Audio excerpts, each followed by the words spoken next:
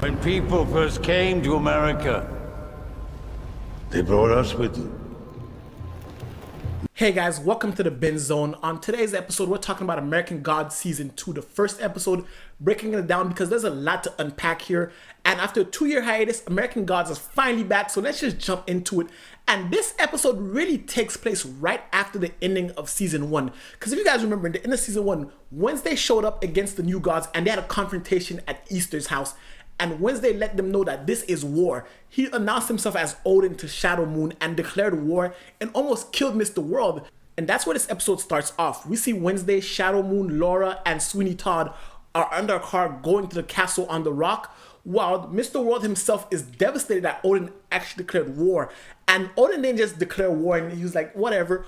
Odin had his Easter on his side. And if you guys remember, Easter has the power to control spring and the harvest and therefore starve the human population into submitting and praying to the old gods. So that's a big no-no when it comes to new gods, because they know that even though their technology, their media, their the world globalization, all that is fun, cute, and dandy, but if people can't eat, like if I can't eat, I'm not checking Facebook, I'm starving. And that's where the old gods have power. They have supernatural power over the metaphysical world, and the new gods themselves don't have that power. And that's when Mr. World decides, you know what? Enough talk. I tried to be nice with Odin. I tried to get him to join our side. I tried to actually look out for him and get him up to date. But if he wants war, he must not know how we work. And that's when Mr. World decides that he's going to use the top secret organization that the US president uses to actually order a strike on the old gods. And this is cool because if you understand, Mr. World himself is globalization personified. So therefore, he knows where all the military bases are. He knows where all the structure powers, nuclear missiles, everything, satellites, all that is at his fingertips, and he has that power. So he has something the old gods don't. The old gods rely on their old magic, but magic and mysticism get you so far, and guns and missiles and all that can do a lot of damage to like magic and whatnot. So that's a cool dynamic where you see magic and old mysticism versus new technology and new weapons duking it out. I really enjoyed that about this season. I really like that Mr. World is no longer trying to play nice with Odin, and it's all out war. We going at it. Bring your old gods. I'm bringing this new technology shit. We'll see which one gets bumping. And that's really dope, and I really enjoyed that aspect about it. Also, what he did was he sent out Technoboy to find Miss Media, because Miss Media is how the new gods get their information across. Facebook, YouTube, TV, all of that. She has control over all of that information and propaganda. So if she can start stifling the information circles about the old gods, lessening their belief system, having people hear less and less about them, therefore decreasing their power, while propaganda and weapons, machines, and all that boosting the new gods' power, that's a great dynamic. And she is going to be very vital in this war because media is how we consume everything. Shit, you guys are on media right now watching this YouTube video, so you see how that dynamic works and how that cool old school versus new school flow. But the most important part of this episode and the key part is the fact that Mr. Wednesday finally gets to Castle on the Rock. The whole first season was inviting these old gods to Castle on the Rock, and we never knew what it was. And now we're finally here, and it's an amusement park in the middle of America. And I'm sitting here like, really? But with American gods, we have to understand that nothing is like it seems. We might think like it's some country bumpkin, middle of nowhere amusement park with carousels and fortune teller machines from the 30s, but all that is a diversion to the deeper meaning of what's about to transpire. And I like the fact that Laura, Shadow, Wednesday, and Sweeney Todd are on the car riding there, so we get to see the interpersonal dynamics of the characters. Laura really loves Shadow, but Shadow is iffy about her because let's be realistic, she's dead. Like if your wife came back from the dead, she's decaying before your very eyes. Would you be attracted and want to rekindle a relationship with her? Like when you kiss her, you kiss cold, dead, disgusting lips. Like just thinking about that. So you can understand where Shadow's coming from.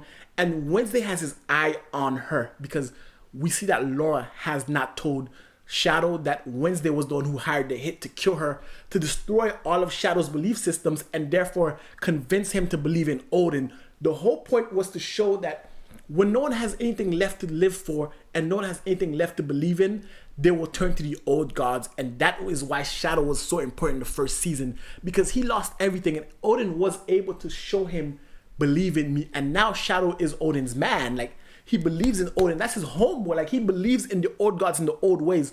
So that goes to show, when you strip away everything we have, technology, love, everything around us, and we have nothing, we're going to turn to a god. And that god is not media. That god is not technology. That god is not the world. That god is some supernatural deity that is actually has some metaphysical control over the world, and therefore we feel some sort of alliance with them because they can grant us favors that these technological and new gods can't actually do. So once Odin has Shadow in his pocket, he has a very strong case to show that, hey, it's not all about technology. It's not all about the new god. Shit, we can do shit. They used to love us and they can love us again. And now that balance is teetering because Shadow, while he believes in him, I believe if Shadow finds out that Odin killed his wife for this bullshit, like, Shadow is going to be pissed, and his belief system, while he might still believe in Odin, the belief and reverence he has for him is going to be different because he's going to be like, these old gods are fuckers. And if you remember reading old mythological tales, Zeus, Odin, all of them, gods love to fuck with people. And that's always been the case throughout history. Like, the gods themselves, the old gods, are born in love to fuck with people. And that's one of the things I enjoy about the new gods.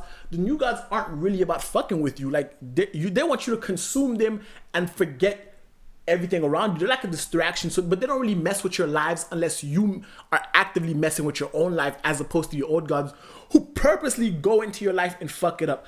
But once you get to the castle on the rock, the interesting part is everyone gets fortunes, and then they go into this carousel. And what I mean, not everyone, I mean the old gods and Shadow Moon. And now we see Bellaquist actually showed up. And if you guys remember, in the first season, she is actually aligned with the new gods because they gave her Tinder and Grindr and all these dating apps where she can actually find people to worship her vagina and fuck her, and that way she gets her power. So to her, the new gods are giving a great deal. Like, no one believes in the old god crap anymore. But if you have a way to circumvent that bullshit belief by giving them Tinder, or for Odin weapon system because he is a god of war and things of that nature, they find new ways to build belief in the old gods by rebranding themselves as these new things. So she came to plead their case and showed the old gods like, hey guys, I'm one of the old gods too, and the new gods aren't that bad. They can actually resurrect some of our belief systems, because I was nothing, decrepit, dying. People had forgotten about me. Techno Boy gave me a phone, gave me Tinder, and look at me, I'm vibrant, I'm banging, I'm fucking every other day. Like, Bellaquist has a great deal. So she went there, and the coolest part about it all is when they go on the carousel, and the carousel starts spinning really quickly, and they get into Odin's mind. That was really cool. The fact that the meeting itself wasn't on the physical plane, but inside Odin's mind, that way they can keep away from the new gods, and there's no satellites, there's no cell phones, there's nothing to record their conversation, and therefore it's more private, and it's the way Odin envisioned his world. Your mind is your world, and we get to see a piece of Odin's mind.